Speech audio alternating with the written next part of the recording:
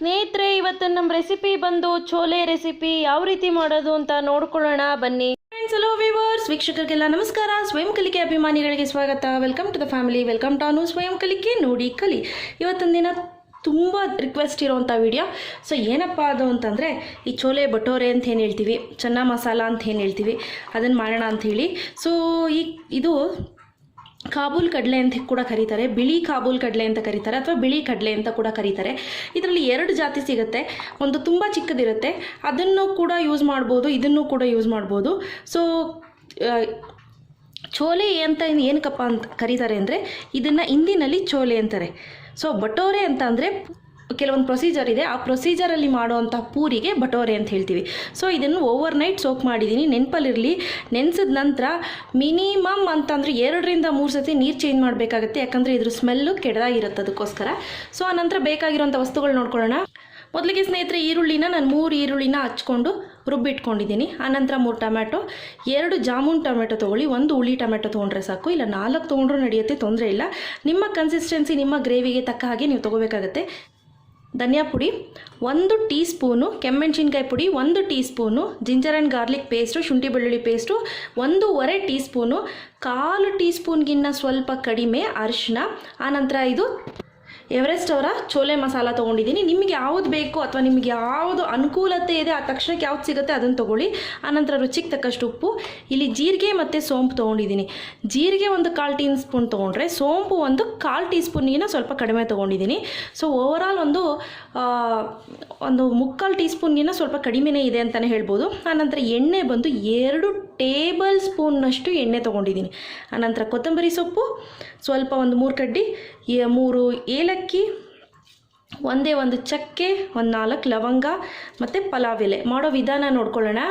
ಮೊದಲಿಗೆ ಸ್ನೇಹಿತರೆ, ಒಂದು ಕುಕ್ಕರ್ ಇಟ್ಕೊಂಡಿದ್ದೀನಿ. ಆ ಕುಕ್ಕರ್ಗೆ ಈ ಕಡಲೆ ಏನಿದೆ, ಬಿಳಿ ಕಡಲೆ, ಅದನ್ನು ಹಾಕ್ಕೊಳ್ತಾ ಇದ್ದೀನಿ. ಸೊ ನೋಡಿ, ಇದು ನೀರು ಸ್ವಲ್ಪ ಮುಳುಗಿ ಆ ನಂತರ ಕೂಡ ಸ್ವಲ್ಪ ನೀರು ಮೇಲೆ ಬರಬೇಕು. ಸೊ ಈಗ ನೀರು ಸಾಲೋದಿಲ್ಲ, ಯಾಕಂದರೆ ಬೆಂದ ನಂತರ ಇದು ಕೆಲವು ಸತಿ ಮ್ಯಾಶ್ ಆಗಿಬಿಟ್ರೆ ನೀರು ಸಾಲೋದಿಲ್ಲ. ಓಕೆ, ನೋಡ್ತಿದ್ದೀರಲ್ಲ, ಈಗ ಇಷ್ಟು ಸಾಕು. ಈಗ ನೋಡಿ, 1 ಪಲಾವ್ ಎಲೆ, 2 ಈ ಏಲಕ್ಕಿ ಹಾಕ್ಕೊಳ್ತಾ ಇದ್ದೀನಿ. ಇದನ್ನು ಮಿನಿಮಮ್ ಅಂತ ಅಂದರೆ ಒಂದು 4 ವಿಷಲ್ ತೊಗೊಳ್ಳೋಣ.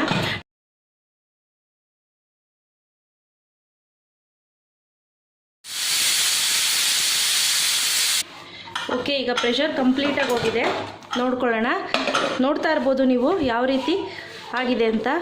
ಸೊ ನಿಮಗೆ ಬೆಂದಿದೆಯೋ ಬೆಂದಿಲ್ವೋ ಅಂತ ಹೇಗೆ ಗೊತ್ತಾಗುತ್ತೆ ಅಂದರೆ, ಒಂದು ಪ್ರೆಸ್ ಮಾಡಿದ ತಕ್ಷಣ ಈ ರೀತಿ ಓಪನ್ ಆಯಿತು ಅಂದರೆ ಸೊ ಇದು ಬೆಂದಿದೆ ಅಂತ. ಸೊ ಇದನ್ನು ಸೈಡ್ಗೆ ಎತ್ತಿಟ್ಕೊಳ್ಳಿ ಈಗ. ಓಕೆ ನೋಡಿ ಸ್ನೇಹಿತರೆ, ಕಡಾಯಿ ಇಟ್ಕೊಂಡು ಅದಕ್ಕೆ 2 ಟೇಬಲ್ ಸ್ಪೂನ್ನಷ್ಟು ಎಣ್ಣೆ. ನೋಡಿ ಸ್ನೇಹಿತರೆ, ಎಣ್ಣೆ ಕಾದ ನಂತರ 3 ಲವಂಗ, 2 ಏಲಕ್ಕಿ, 1 ಚಕ್ಕೆ, 1 ಪಲಾವ್ ಎಲೆ ಇದನ್ನಿಷ್ಟು ಹಾಕ್ಕೊಂಡು ಪಲಾವ್ ಎಲೆನ ಒಂದು ಸತಿ ಈ ರೀತಿ ಮುರಿದು ಹಾಕ್ಕೊಳ್ಳಿ. ಆನಂತರ ಈ ಜೀರಿಗೆ ಮತ್ತು ಸೋಂಪು ಸ್ವಲ್ಪ ಹಾಕ್ಕೊಳ್ಳೋಣ. ಓಕೆ, ಈಗ ಫ್ರೈ ಆಗ್ತಿದೆ. ಈಗ ಇಮ್ಮಿಡಿಯೇಟು ಈ ಈರುಳ್ಳಿ ಪೇಸ್ಟ್ ಹಾಕ್ಕೊಳ್ತಾ ಇದ್ದೀನಿ ನಾನು. ಹಾಕ್ಕೊಂಡು ನೋಡಿ, ಇದನ್ನು ಚೆನ್ನಾಗಿ ಹುರ್ಕೋಬೇಕಾಗತ್ತೆ. ಸೊ ಇದು ಕಲರ್ ಚೇಂಜ್ ಆಗೋವರೆಗೂ ಹುರ್ಕೊಳ್ಳಿ ಸ್ನೇಹಿತರೆ. ಕೆಲವರು ಈ ಚೋಲೆ ಭಟೋರೆ ಏನಿದೆ, ಚೋಲೆ ಚೆನ್ನ ಮಸಾಲ ಅಂತ ಏನು ಹೇಳ್ತೀವಿ, ಅದನ್ನು ಕಲರ್ನ ರೆಡ್ ಕಲರ್ ಮಾಡ್ತಾರೆ. ಸೊ ಹೆಂಗೆ ರೆಡ್ ಕಲರ್ ಬರುತ್ತೆ ಅಂದರೆ, ಕಾಶ್ಮೀರಿ ರೆಡ್ ಚಿಲ್ಲಿ ಯೂಸ್ ಮಾಡಿರ್ತಾರೆ, ಅದು ಇಲ್ಲ ಹಾಕಿಲ್ಲ, ಆದರೂ ಹೆಂಗೆ ರೆಡ್ ಕಲರ್ ಬಂದಿದೆ ಅಂತಂದರೆ ಈ ಟೀ ಏನಿದೆ, ಈ ಟೀ ಡಿಕಾಕ್ಷನ್ನ ಹಾಕ್ತಾರೆ. ಹೋಟೆಲ್ಸಲ್ಲೆಲ್ಲ ಯೂಶ್ವಲಿ ಟೀ ಡಿಕಾಕ್ಷನ್ ಹಾಕ್ತಾರೆ. ಸೊ ನಿಮಗೆ ಕಲರ್ ಬೇಕು ಅಂತಂದರೆ ನೀವು ಟೀ ಡಿಕಾಕ್ಷನ್ ಹಾಕೋಬೋದು, ಇಲ್ಲ ಅಂದರೆ ತೊಂದರೆ ಇಲ್ಲ. ಸ್ನೇಹಿತರೆ, ಈರುಳ್ಳಿ ಫ್ರೈ ಮಾಡಬೇಕಾದ್ರೆ ಒಂದು ಲಿಡ್ ಕ್ಲೋಸ್ ಮಾಡ್ಕೊಳ್ಳಿ, ಯಾಕಂದರೆ ಆ ಎಣ್ಣೆಗೆ ಕೊತ ಅಂತ ಕುದ್ದು ಈಚೆಲ್ಲ ಚೆಲ್ಲೋ ಚಾನ್ಸಸ್ ಜಾಸ್ತಿ ಇರುತ್ತೆ. ಓಕೆ ನೋಡಿ ಸ್ನೇಹಿತರೆ, ಈಗ ಈರುಳ್ಳಿ ಒಂದು 5 ನಿಮಿಷಗಳ ಕಾಲ ಆಗಿದೆ. ಈಗ ಇಮಿಡಿಯೇಟು ಈ ಶುಂಠಿ ಬೆಳ್ಳುಳ್ಳಿ ಪೇಸ್ಟ್ ಹಾಕ್ಕೊಳ್ತಾ ಇದ್ದೀನಿ. ಇದನ್ನು ಚೆನ್ನಾಗಿ ಹುರ್ಕೋಬೇಕಾಗತ್ತೆ.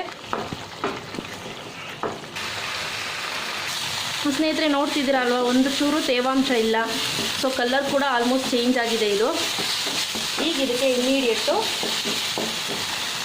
ಈ ಚೋಲೆ ಮಸಾಲ ಪೌಡರು, ಕೆಮ್ಮೆಣಸಿನ್ಕಾಯಿ ಪುಡಿ, ಆನಂತರ ಅರಿಶಿನ, ಆನಂತರ ಧನಿಯಾ ಪುಡಿ, ಇದೆಲ್ಲವನ್ನು ಹಾಕ್ಕೊಂಡು ಒಂದು ಒಳ್ಳೆ ಮಿಕ್ಸ್ ಕೊಡ್ತಾ ಇಮಿಡಿಯೇಟು ಫ್ಲೇಮ್ನ ಕಡಿಮೆ ಮಾಡ್ಕೊಳ್ತಾ ಸಣ್ಣ ಊರಿನಲ್ಲಿ ಹುರ್ಕೋಬೇಕಾಗತ್ತೆ ಇದನ್ನು. ಸೊ ಯಾಕಪ್ಪ ಅಂದರೆ, ಈ ಮಸಾಲೆ ಪದಾರ್ಥಗಳೇನಿದೆ ಅದು ಸೀದೋಗ್ಬಿಡುತ್ತೆ. ಸೊ ಅದಕ್ಕೋಸ್ಕರ ಈ ರೀತಿ ಹುರ್ಕೋಬೇಕಾಗತ್ತೆ. ಓಕೆ ನೋಡಿ ಸ್ನೇಹಿತರೆ, ಈ ರೀತಿ ಆಗಿದೆ. ಈಗ ನಾನು ಏನು ಮಾಡ್ತೀನಿ, ಇಮಿಡಿಯೇಟು ಈ ರೀತಿ ಡ್ರೈ ಫ್ರೈಯೇ ಮಾಡ್ಕೋಬೇಕಾಗತ್ತೆ ನೀವು. ಈ ಟೊಮೆಟೊ ಪ್ಯೂರಿ ಏನಿದೆ ಇದನ್ನು ಹಾಕ್ಕೊಳ್ತಾ ಇದ್ದೀನಿ. ಸೊ ಒಂದು ಒಳ್ಳೆ ಮಿಕ್ಸ್ ಕೊಡ್ತಾ ಇದನ್ನು ಚೆನ್ನಾಗಿ ಕುದಿಸ್ಕೋಬೇಕಾಗತ್ತೆ. ಈಗ ನೋಡಿ ಸ್ನೇಹಿತರೆ, ಇಮಿಡಿಯೇಟು ಈ ಉಪ್ಪು ನೋಡಿಕೊಂಡು ನಿಮ್ಮ ರುಚಿಗೆ ಅನುಗುಣವಾಗಿ ಉಪ್ಪು ಹಾಕ್ಕೊಳ್ಳಿ. ಇದು ಚೆನ್ನಾಗಿ ಕುದ್ದು ಆ ರಾ ಸ್ಮೆಲ್ ಏನಿದೆ ಅದು ಕಂಪ್ಲೀಟಾಗಿ ಹೋಗಬೇಕು, ಅಲ್ಲಿವರೆಗೂ ಚೆನ್ನಾಗಿ ಕುದಿಸ್ಕೊಳ್ಳೋಣ. ಇದನ್ನು ಈಗ ಒಂದು ಲಿಡ್ ಕ್ಲೋಸ್ ಮಾಡ್ಕೊಳ್ಳಿ, ಯಾಕಂದರೆ ಸಿಡಿಯೋ ಚಾನ್ಸಸ್ ಇರುತ್ತೆ. ಓಕೆ ಸ್ನೇಹಿತರೆ, ಈಗ ನೋಡ್ತಾ ಇರ್ಬೋದು ಯಾವ ರೀತಿ ಕುದೀತಿದೆ ಅಂತ. ಸೊ ಇಲ್ಲಿ ನೋಡಿ ಎಷ್ಟು ಚೆನ್ನಾಗಿ ಸಿಡಿದಿದೆ ಇದಕ್ಕೂ ಕೂಡ. ಸೊ ಅದಕ್ಕೋಸ್ಕರನೇ ನಾನು ಹೇಳಿದ್ದು ಆದಷ್ಟು ಅದನ್ನು ಲಿಡ್ನ ಕ್ಲೋಸ್ ಮಾಡಿಲ್ಲ ಅಂದರೆ ಅಕ್ಕಪಕ್ಕ ಎಲ್ಲ ದೀಪಾವಳಿ ಹಬ್ಬ ಆಗಿಬಿಡುತ್ತೆ.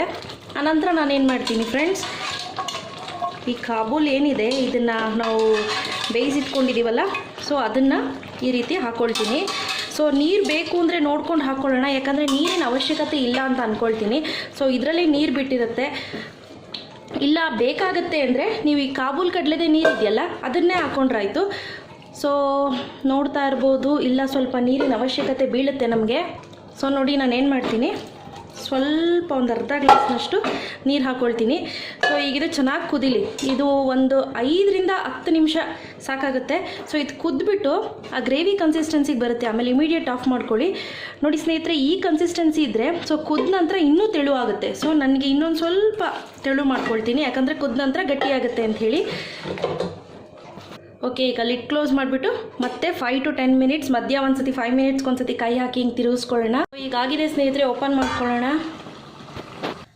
ನೋಡಿ, ಸೊ ಈ ಕನ್ಸಿಸ್ಟೆನ್ಸಿಲಿದೆ ಸಾಕು. ಈಗ ಇಮಿಡಿಯೇಟು ಈ ಕೊತ್ತಂಬರಿ ಸೊಪ್ಪು ಏನಿದೆ ಅದನ್ನು ಹಾಕ್ಕೊಳ್ತೀನಿ. ಸೊ ಈ ಕೊತ್ತಂಬರಿ ಸೊಪ್ಪು ಗಾರ್ನಿಷಿಂಗ್ ಹಾಕ್ಕೊಂಡು ಸೊ ಇಮಿಡಿಯೇಟ್ ಈ ಫ್ಲೇಮ್ನ ಆಫ್ ಮಾಡ್ಕೊಳ್ಳೋಣ.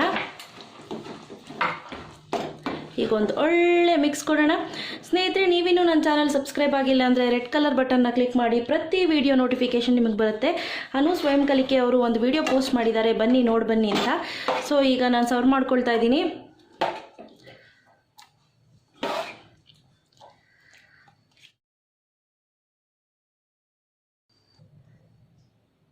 ಸ್ನೇಹಿತರೆ, ನೋಡ್ತಿದ್ದೀರಾ ಅಲ್ವಾ ಯಾವ ರೀತಿ ಇದೆ ಅಂತ. ಗ್ರೇವಿ ಆ ತಿಕ್ ಕನ್ಸಿಸ್ಟೆನ್ಸಿ ತುಂಬ ಚೆನ್ನಾಗಿದೆ. ಸೊ ತುಂಬ ಸಿಂಪಲ್ಲು, ಪೂರಿ, ಚಪಾತಿ, ರೋಟಿ, ಕುಲ್ಚಾ ಎಲ್ಲದ್ರ ಜೊತೆ ಕೂಡ ತುಂಬ ಚೆನ್ನಾಗಿ ಹೊಂದ್ಕೊಂಡೋಗುತ್ತೆ. ಸೊ ಇಷ್ಟೇ ಇವತ್ತಿನ ರೆಸಿಪಿ. ಇವತ್ತು ನಾನು ಮಾಡಿದ್ದು ಇಷ್ಟ ಆಯಿತು ಅಂದರೆ ಲೈಕ್ ಬಟನ್ ಹಿಟ್ ಮಾಡಿ, ಇನ್ನೂ ಇಷ್ಟ ಆಯಿತು ಅಂದರೆ ಶೇರ್ ಮಾಡಿ. ಗೊತ್ತಲ್ವ ನನ್ನ ಚಾನಲ್ ಹೆಸರು ಅನು ಸ್ವಯಂ ಕಲಿಕೆ, ನೋಡಿ ಕಲಿ. ಮತ್ತಷ್ಟು ಈಸಿ ಹಾಗೂ ಇಂಟ್ರೆಸ್ಟಿಂಗ್ ರೆಸಿಪಿಗೆ ಅನು ಸ್ವಯಂ ಕಲಿಕೆ ಚಾನಲ್ನ ಸಬ್ಸ್ಕ್ರೈಬ್ ಆಗೋದು ಮರಿಬಾರ್ದು. ಟಿಲ್ ದೆನ್ ಟೇಕ್ ಕೇರ್, ಬಾಯ್.